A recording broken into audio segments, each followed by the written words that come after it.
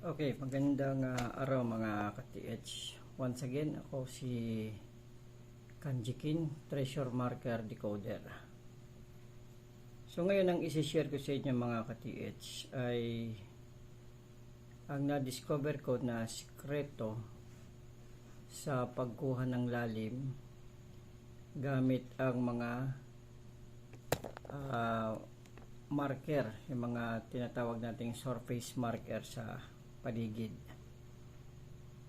So makikita nyo mamaya sa susunod yung video na ginawa ko ay sinukat ko yung mula doon sa puno na bench marker papunta doon sa assistant marker na balon sa gitna ng ilog, at galing naman doon sa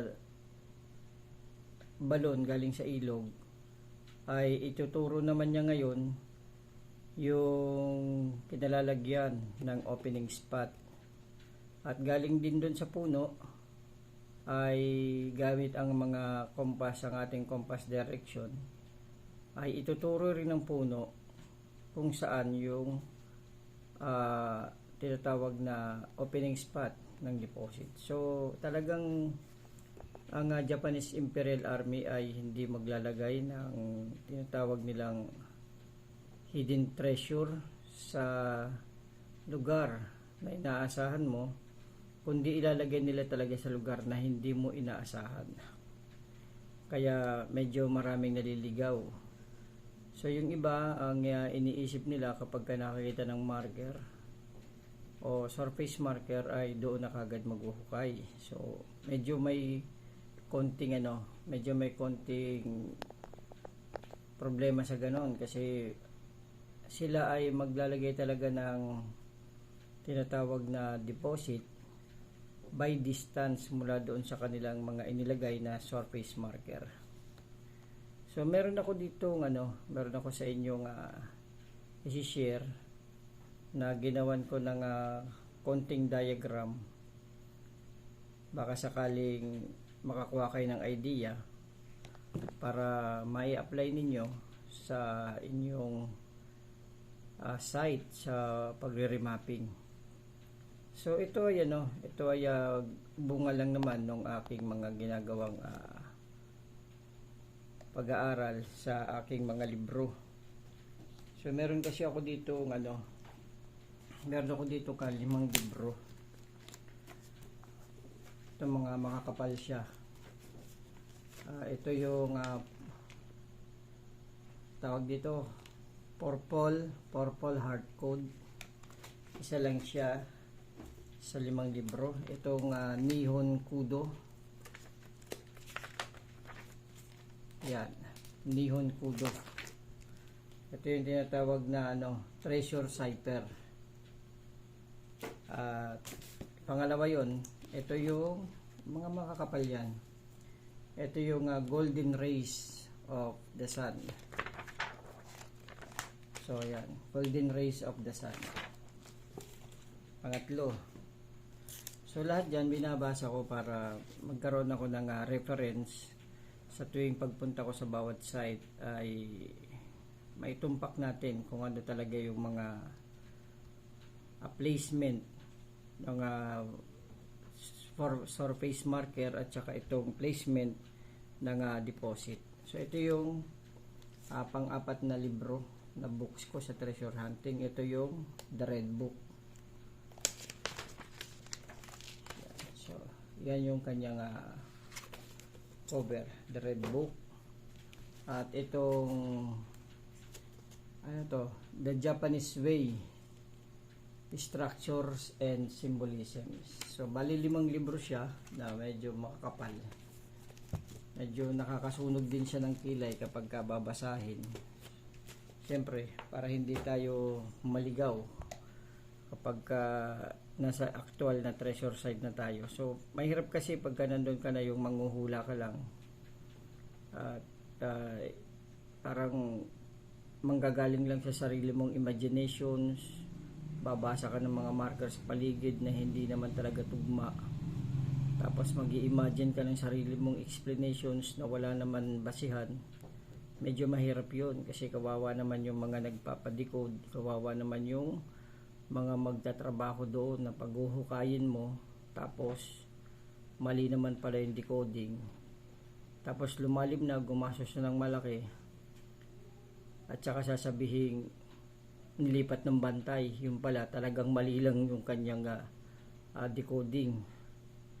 Kaya maraming mga sinaunang nagtitreasure na talagang lumalim yung hukay at hindi naman talaga tumatama, dahil minsan pag hindi tama yung kuha ng mga placement ng mga marker sa paligid at hindi nakuha yung mga sukat kung ano yung mga distance ng placement ng bawat marker, ay medyo mahirap talaga. Kasi kapag hindi mo na pag-aralan yung Japanese way ng kanilang pagbabaon, so para kang sumusuntok sa buwan talaga at naghahanap ka ng karayom sa gitna ng dayami.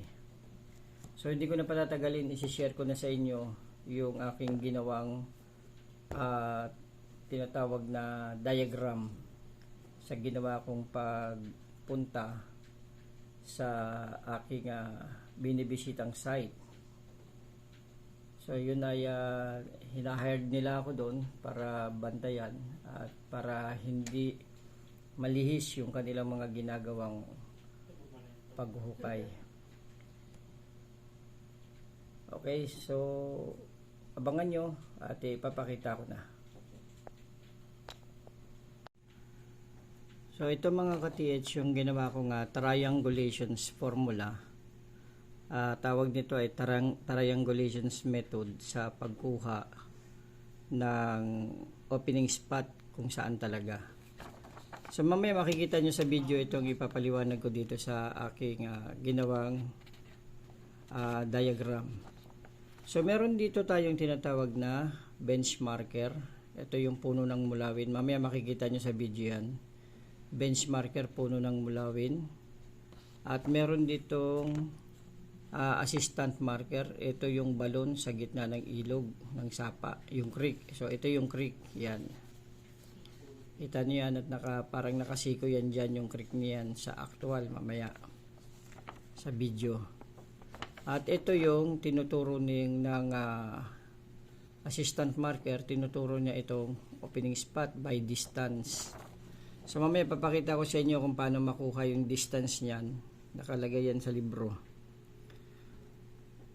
At ito rin, ito yung bench marker. So dalawa sila. Ito tinuro niya itong assistant marker at tinuro ng assistant marker yung opening spot. At ito naman si bench marker ay nagbigay ng isang solid na directional point na main cardinal ng compass. So yung main cardinal yun yung solid na south to north. Kasi yung mga sub-cardinal yan yung tinatawag na southeast, northwest, at saka itong northeast. So mga ganun, mga sub-cardinal yung mga ganyan. Pero kapag ka mga main cardinal yan yung south, north, east, at saka west. Okay? So ngayon,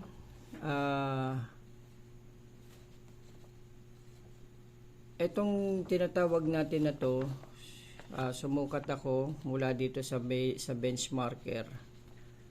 Sinukatan ko ng metro yan, makikita nyo mamaya sa video. Sinukatan ko yan ng metro, diretso dito kasi medyo palihis yan isosceles triangle talaga yan So sinukatan ko ng metro mula dito sa puno ng mulawin papunta dito sa sentro ng balon na Japanese old well. Meron niyang sukat na 18 meters distance directional. At paggaling naman dito sa sa old well ay meron siyang distance directional na 14 meters punta dito sa opening spot. Okay? Tapos mula naman dito uli sa bench marker sa mulawin tree, papunta naman dito sa opening spot ay sinukatan ko yan. Ang sukat niyan ay 27 meters. So mamaya malalaman nyo kung bakit tumama. Paano malaman yung mga distance na yan, papakita ko sa inyo sa libro.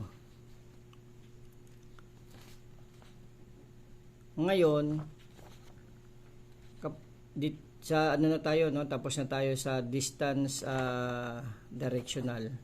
Ngayon, ang ibibigay ko naman sa inyo yung tinatawag na compass degrees direction. So mula dito sa puno ng mulawin ay kinompasan ko yan papunta dito sa old well na to.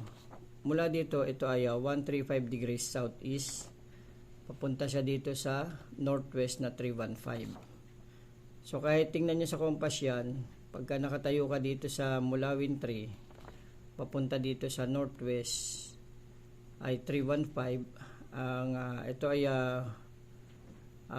back azimuth, ito yung front azimuth niya 135 at saka 315. Okay, tapos pag galing naman dito sa old well, ang compass niyaan ay itong 210 southwest, 210 degrees southwest at 30 degrees northeast. So ito yung tinatawag na back azimuth kasi nakatalikod ka dyan at nakaharap ka dito. So ito yung tinatawag na front azimuth siya ng mga sa compass. Okay, at pagka nandito ka, ito na yung tinatawag kong solid na directional ng main cardinal.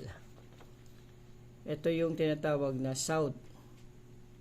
Ito yung back azimuth na south, 180 degrees south at 360 degrees north. So kapag titingnan mo sa sa libro, ang north, ayan ay tinuturo niyan talaga ay tubig. Kaya yan ay napakalapit sa sapa. Talagang sapul sa sapa yan. Inilihis lang namin ng konti para makapag-ukay kami kasi hindi ka makakapag-ukay dito sa gitna ng sapa. Okay? Tapos papakita ko rin sa inyo kung paano makuha yung eksaktong distance ng lalim gamit lang itong mga mga bench marker, assistant marker papunta dito sa opening spot. So ito ay solid na cardinal directional ng compass. Yan yung south to north. Solid yan, kaya given yan, distance directional talaga siya. So yan ay 27 meters. Okay, so no question chance kasi talagang tinuturo niyan galing dun sa south, papunta siya sa tubig. At yung south yun yung puno. Okay? Tapos, para makuha mo yung distance ng lalim, ay mula naman dito sa mulawin na bench marker, meron siyang given na may given siya na distance na 18 meters. So yung 18 meters galing dito sa mulawin papunta dito sa old well, yan ang given distance. Tapos meron ditong 14 meters galing sa old well papunta dito sa opening spot. Ngayon, para makuha mo yung lalim papunta doon sa deposit, para makuha mo, ang gagawin mo ay ipa-plus mo to itong 18 meters plus 14 meters equals 32. So meron ka na dito ngayon na buo sa dalawang to, meron ka nang nabuo na 18 plus 14 equals 32. So ito na yung 32 meters. Ito ngayon yung i-apply mong distance depth.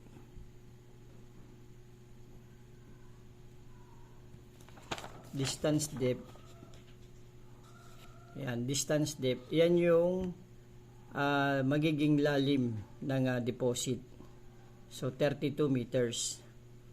Assuming yan ay nasa 105 to 100 feet. 105 to 106 feet. So yan. Kaya hindi yan malayo sa katotohanan. Kasi sa lalim namin ngayon na 97 feet ay lumalabas na yung mga semento. At before noon ay nakakakuha kami ng mga kahoy, mga uling, tabla. So ibig sabihin indicator yun na yung may mga ginamit na kahoy na tabla. Pwede siguro yun ang mga pira-pirasyon ng mga box habang sinisemento ay nagkakalat siya. At talagang inilagay din yun bilang pointer marker para maintindihan kung saan talaga papunta yung deposito. At mamaya makikita nyo sa video kung ano talaga yung mga nakukuha na sa ilalim, kasi meron na kaming inabot na tinatawag na rubber cement. So medyo yung tinatawag nating pagkuha ng lalim ng method na gamit ang LRAD ay assuming lang yun, approximately sa lalim, in-LRAD natin yun, ginamitan ng magnetic wire. Ang given niya na lalim ay 92 feet to 95 feet, pero ngayon ay 97 na kami, wala pa ring tinatamaan. Kaya pinag-aralan ko na ng gusto sa libro kung paano kuhain talaga yung lalim ng distance. So malalaman nyo kapag nakuha na, pagka itong 105 at 106 feet o 32 meters ay inabot na namin, at pag may lumabas ay malalaman nyo rin, kasi talagang mangyayari ay mawawala itong YouTube channel ko, pati yung Facebook account ko ay magiging close yan.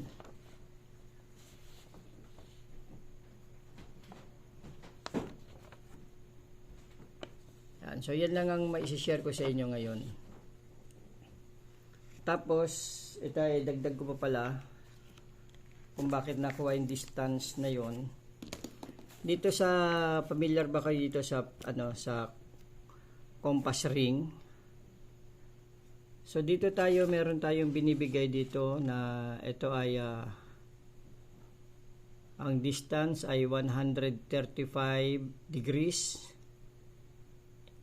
to 315 northwest. So tingnan mo ang mangyari. Sa northwest ay meron siyang binibigay na 18 meters.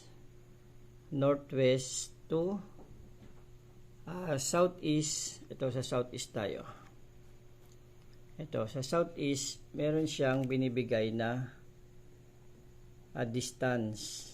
Ito southeast. Ito ay 18. Ayan o. 9, 13, 9, 15, 18. So sa southeast 18 meters talaga mula dun sa southeast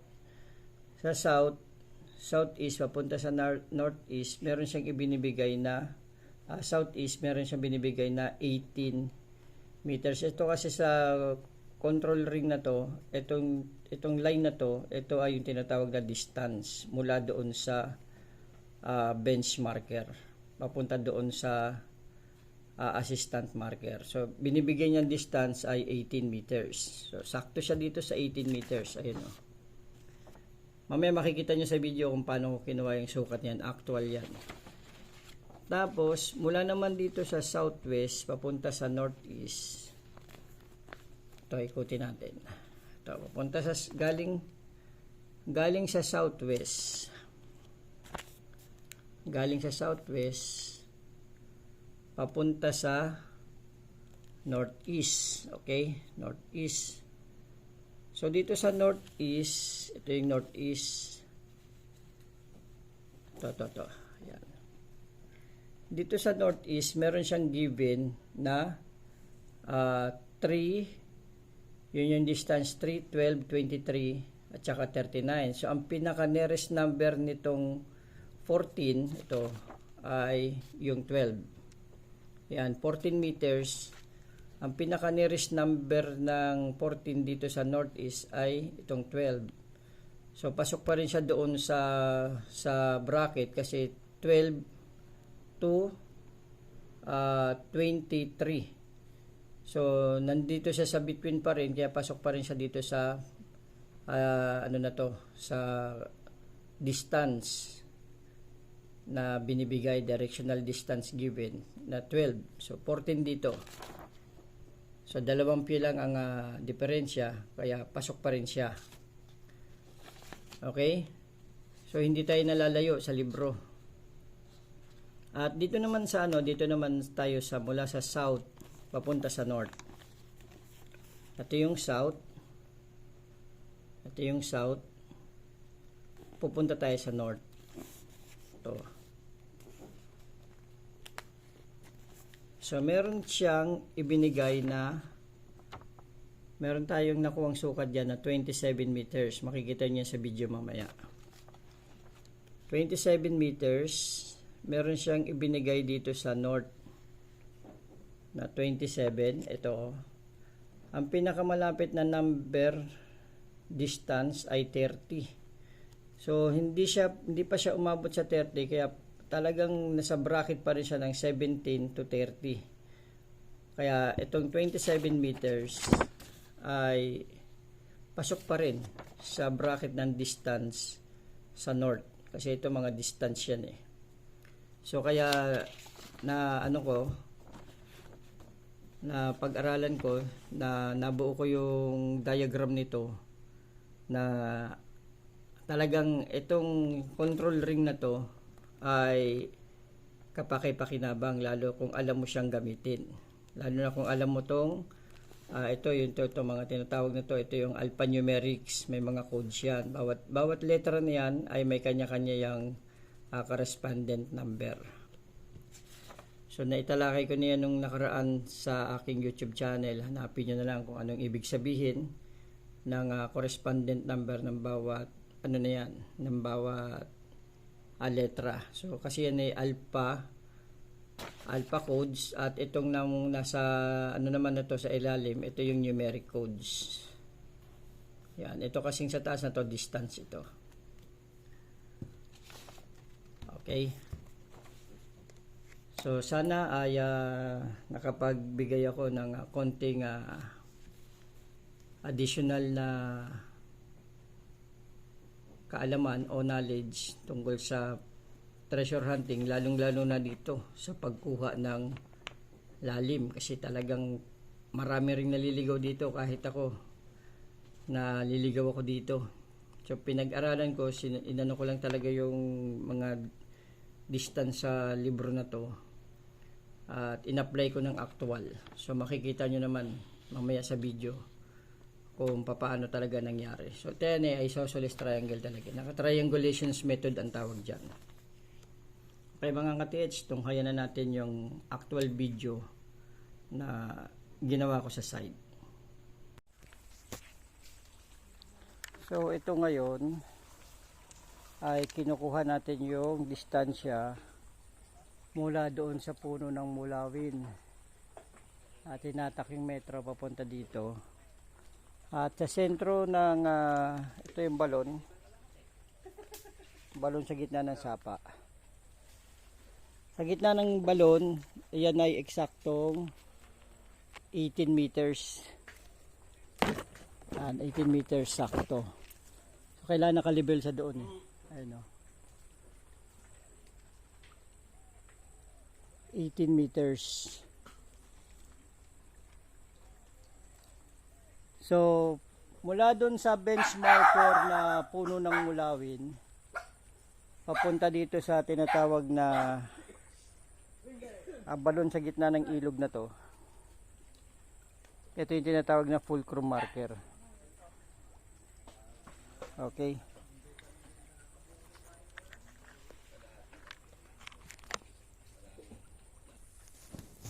Ito yung tinatawag nating actual decoding. Kasi ang ito ay fulcrum marker, balon sa gitna ng ilog. At ito yung ating actual decoding dito sa inimbitahan sa aking site.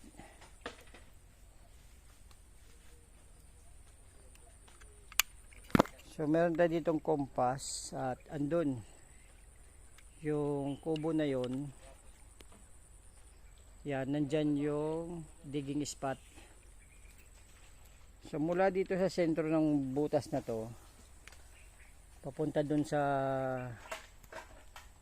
digging spot na yon, kailangan yung bubula ay maisentro mo. So 30 degrees yung kanyang destination. 30 degrees northeast papunta doon.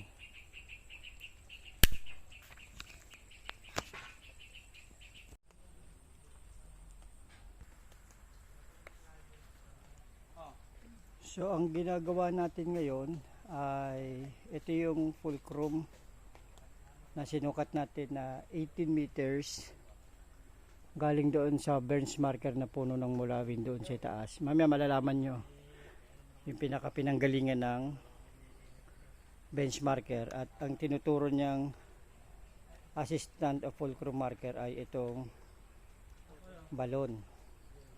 At mula dyan sa balon andun yung kanilang digging spot. So lulukit natin dito yung distance ng lalim through markering, hindi doon sa pamamagitan ng mga gadget. Actual remapping, actual decoding gamit yung mga marker lang sa paligid. Palay wala naman, no? Ito yung sinasabi kong puno ng mulawin, pinutol na lang yan. Tol, magmerienda ka muna.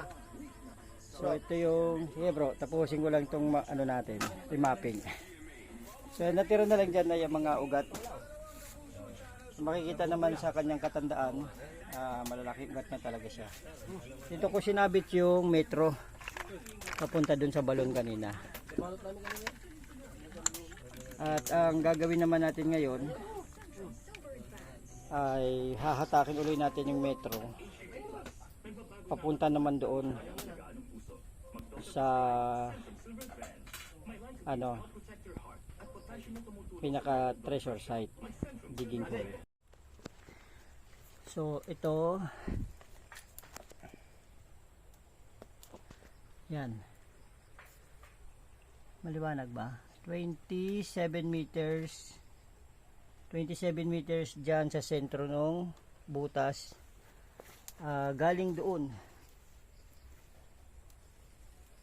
sa puno ng mulawin na pinagsabitan niya. So ang kanina ay mula sa puno ng mulawin papunta doon sa balon ay 18 meters na bro. 18. Tapos galing doon sa puno ng mulawin papunta naman dito sa pinaka dig site ay 27 meters. So isang sukat na lang ang kukunin natin na gagawin. So ito 14 meters mula dito sa sentro ng balon papunta naman doon sa pinaka digging site. So meron na tayong tatlong sukat na triangulation. Okay, so ito na, actually natin ng compass. Ayan, nakapasok yung bula.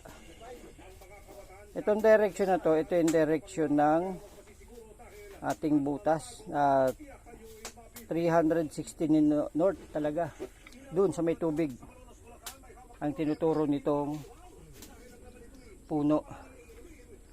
Kapag ka dito ka naman papunta naman doon sa may balon, ang kanyang tinuturo ay 310 degrees o 315 degrees.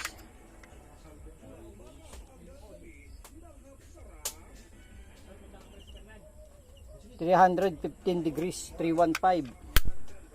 Mula dito sa punong mulawin na to,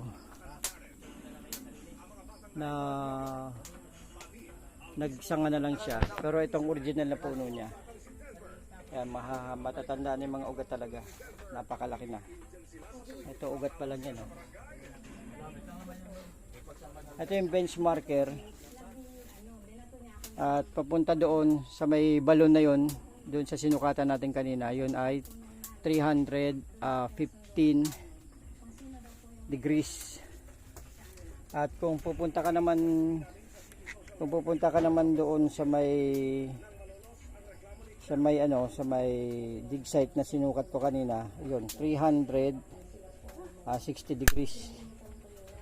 So 315 mula sa puno papunta sa fulcrum, 360 papunta naman doon sa object.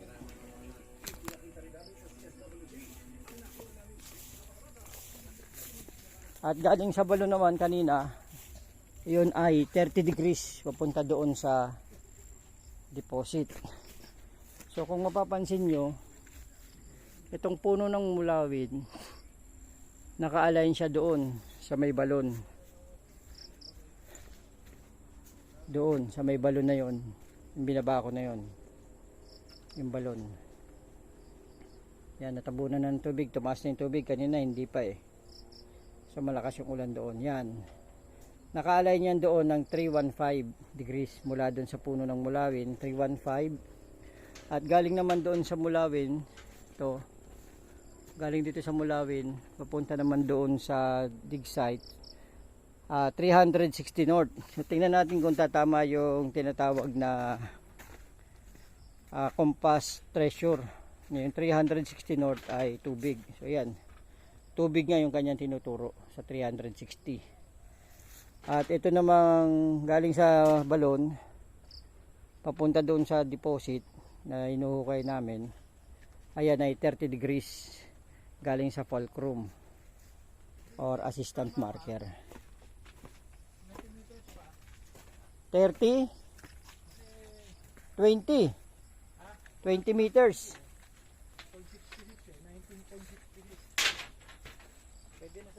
Oh, 20.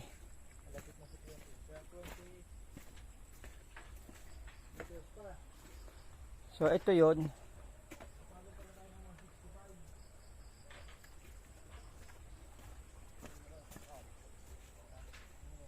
Dito tumama yon. Yung 360 north galing sa benchmarker na mulawin dito. At galing naman dun sa puno ng dun sa balon na yon, 330 degrees papunta naman siya dito. Talagang yung tinuturo talaga ng lalagayan ng exact dig ay talagang ilog kasi 360 north.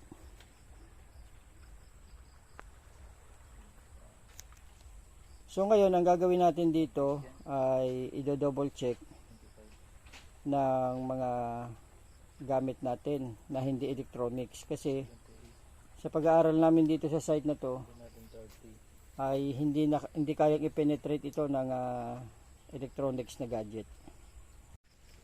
Atati. Okay mga ka-TH, so nakita nyo kanina sinukat natin yung lahat ng markering mula doon sa puno ng mulawin papunta doon sa fulcrum marker, yung balon sa gitna ng ilog. At mula sa gitna ng ilog na balon papunta naman dito. So doon ay mula sa puno papunta doon sa bato ay 18 meters. Ano ba? 18, no? 18. Tapos galing naman doon sa puno ng mulawin papunta dito ay 27 meters. At galing naman doon sa puno ng balon, sa balon na yon, papunta naman dito sa butas ay 14 meters. On and all, kapag kaplinas mo yung tatlo ay 59 meters. So talaga nga mga Hapon nagbabaon sa mga lugar na hindi natin inaasahan. Kaya lang, ang compass kasi galing doon sa puno ay 360 degrees, ang tinuturo ay tubig. Kaya dito talaga ang tatamaan niya. Mula sa sukat na 27 meters sa pulsya. At galing naman doon sa fulcrum, 30 degrees pala. 30 degrees galing sa fulcrum papunta dito at 14 meters. papunta naman dito sa ano na to, sa exact location. So talagang nakasukat, naka-triangulation siya. At kung akalain mo, dun sa puno ng mulawin nagbaon, walang laman dun. Dun sa puno, sa balon, hinukay ng mga unang treasure hunter, 80 feet, walang laman. At dito, nung nirimap namin, dito sa tumama, kaya dyan kami nagsimulang mag-test dig. Ngayon, gagawin na lang natin ngayon ay i-double check. So, ang assuming na lalim niyan ay mga nasa 59 meters. So, mga 60 meters. Talagang opening ng mga ng mga Japanese loot, yung 69 meters, 59 meters o 60 meters. Ito yung 3 telescopic long range antenna natin. Hindi mo na kailangan balahan to kasi may loaded na to ng gold wire. So yun talaga yung tinuturo niyang position. Yan.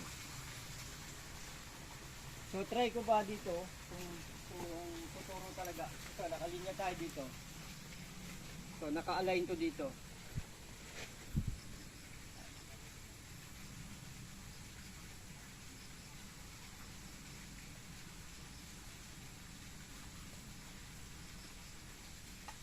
Talagang nag-ano siya doon, nag-position siya papunta doon. Okay, para malaman natin, i-corner can natin, talaga siya kung nandito. Hindi siya pwedeng lumagpas sa ilog kasi ang tinuturo ay north 300 degrees at hindi ka pwedeng magbukay sa ilog mismo. So, nandito lang siya dahil siko siya eh. So, ito na, hulihin natin siya dito. Titingnan natin kung ano reaction nito. Long range na to.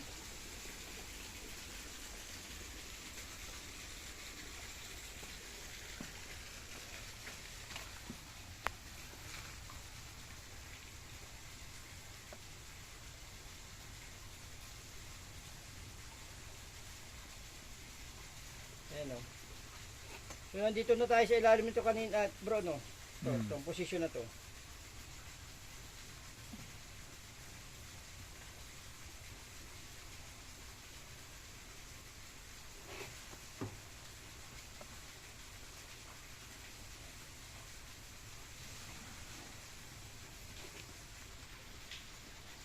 Ito.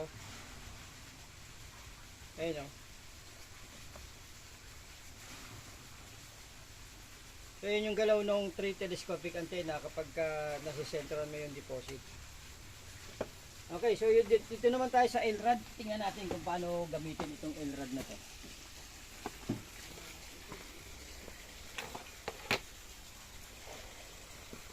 Dito naman ako kukuha ng sukat. Ng alignment.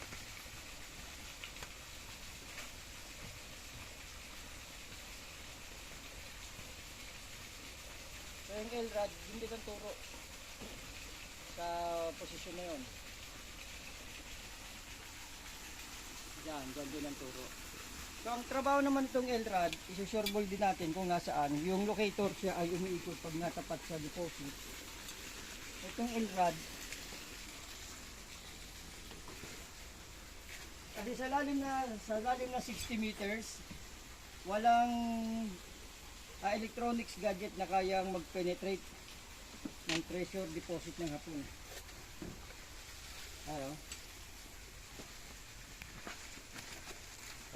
Pag natapat ka sa deposit, magkukross yung kusa. Ayun walang galawan yan ha. Kasi nasa sentro kami ng deposit. At itong buong tinutungtungan ko na to, halos ganito yung deposit ha.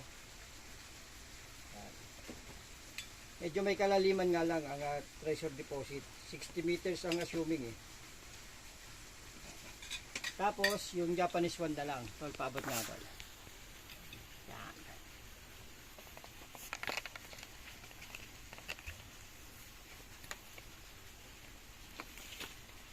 Tatlong gadget ang gagamitin natin dito. Ito yung pure copper na Japanese wand. Ito ay wala pang gold. So kailangan to lagyan ng bala. Di kagaya ng mga yan, may mga gold sa dulo eh. So dito sa holder, ito sa handle niya, diyan ka maglalagay ng bala. Yan. Yung hindi pa marunong nito, ang paggamit niyan, pwede mong ipitin dito. Tapos patamain mo dito sa pulso. Tsaka may tututok yan. So nalukit na ng dalawang object.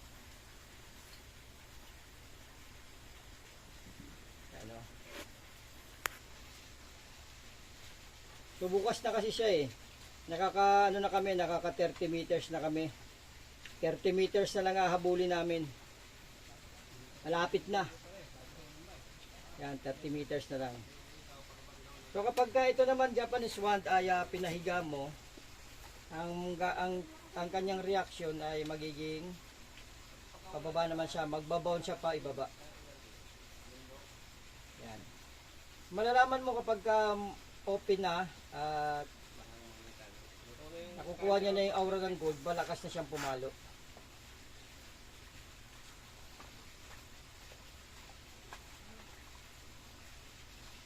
So, yan mga ka-TH, tips ko lang, talagang walang mga electronics device na kayang mag-penetrate ng lalim ng treasure deposit, lalo na kung mga big deposit kagaya nito. Ito ay nasa 60 meters. So ang mga scanner, ang kayang abutin lang ay nasa 40 meters. Tapos na siya ng 20 meters para ma-detect niya yung pinaka-ilalim. Kaya ginamit natin ng mga manual na detector, yung mga hindi gumagamit ng mga baterya. Yan ay frequency mula sa katawan mo, kasi yung katawan mo may kuryente din, at yung frequency ng gold magsasalubong sila, kaya nagkakaroon sila ng reaction. Okay mga ka-TH, sa may mga gustong mag-avail, mag-order, ay gumagawa ko niyan, mag-PM lang kayo sa akin. Nagahong kami ng gold. Yung ibang builders nga eh, nasa pader. So ito na oh. Yung mga carbon ay naglalabasan na. Ito ay solid na carbon na. Ayan oh. Sa lalim na 30 meters. Yan ang mga nakukuha namin ngayon. Noong nakaraan punta namin dito, pinakita namin sa inyo. Ang nakukuha ay mga kahoy. At ito, may mga margahan na. So may mga margahan na. Ito ay may halong langis na. Yan. Yan. Naglalangis-langis na yung buhangin na yan. Sa lalim ng 30 meters. Ito bago rin ito. At ito, ito bago rin to. Huling ahon to ngayon. So titingnan natin kung anong reaction niya sa chemicals. Parang ayaw tumulo ng chemicals ha. Oh, ayun, umusok. Semento siya. Semento. So ito ang tinatawag na Japanese construction materials. Ito, semento. Ito pre? Oo, natipak to eh. Alam mo yun eh. Ha? Tagay ko lang ito.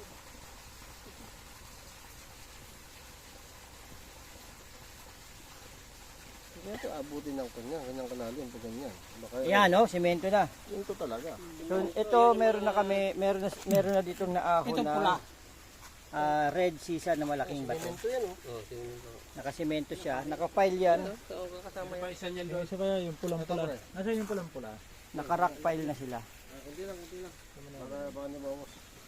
Nabasag. Nakalimutan ko na.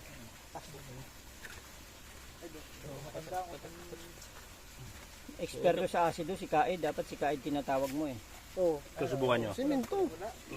Bula oh. Susubukan nyo yan. Ay, hindi yan bubula. Hindi bubula. Ito original na bato yan. Pero red sisa yan. Testing mo rin. Ito yan, kasama pula rin yan. Wala na. Testing mo konti oh. Natural to. Semento na pala yung binubutak nyo. Oh, semento na yun. Hindi ko alam dahil nung nakaraan testing Wala, natin, wala. di ba wala? Normal na bato yan. Itong carbon, talagang carbon yan. Semento na. Sa ibabaw niyan ng carbon na yun to, may nakaganyan, no? So sa ibabaw doon yung carbon na yan, may Ano naka-arco. tinatawag ka ng rubber cement? Oo. Rubber cement yan.